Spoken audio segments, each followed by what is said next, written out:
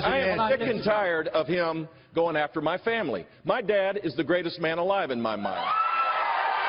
And while Donald Trump was building a reality TV show, my brother was building a security apparatus to keep us safe. And I'm proud of what he did. And he's had the gall to go after my mother. The World Trade Center came down during your brother's reign. He's had the gall to go after my mother. Remember that. Hold on. Let me finish. He's had the gall to go after my mother. That's not keeping us safe. Look, I won the lottery when I was born 63 years ago and looked up and I saw my mom. My mom is the strongest woman I know. She should be running. The attacks at last night's GOP debate got personal, ugly, nasty. Some described it as a no-rules cage match, and the stakes could not be higher. The first in the South primary is now less than a week away. Chairman of Civic Forum PAC, Ford O'Connell, President of Solidarity Strategies, Chuck Rocha, joins us now. Ford, to you first. Any walk-off home runs, any game changers? Well, two people had a good night last night. The first was Marco Rubio. I think he made people forget about his debate debacle. The other one who did very well last night was Donald Trump, because when a debate descends into chaos, guess what? Trump is usually the beneficiary because his supporters will stick with him through thick and thin. And frankly, Ted Cruz has to worry that everyone's calling him a liar. He has to make sure that that label doesn't affix to him faster than he can dispel it. Interesting you talk about everybody calling Ted Cruz a liar. Take a listen to this clip. Get your thoughts. You are the single biggest liar. You probably are worse than Jeb Bush. Donald didn't disagree with the substance that he supports taxpayer funding for Planned Parenthood. And Donald has this weird pattern.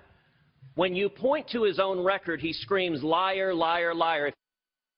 At some point, when you have somebody in a debate who could possibly be a VP candidate, someone like Ted Cruz saying liar, liar, liar about somebody who could potentially be the nominee, that's got to be just gold opposition research for Democrats. As a Southern Democrat, I'm finally glad we came to the South. We could take our gloves off and really go at it a little bit. Last night I was eating my popcorn, enjoying every minute of it. But the point you make is really good, Leland, because at the end of the day, if Donald Trump is the nominee, who is the VP pick? There's been a lot of people who've been vetted, a lot of people who've been through the system, but who is that going to be, Ford? I'll give you two. It's very simple. Who does Donald Trump not hit?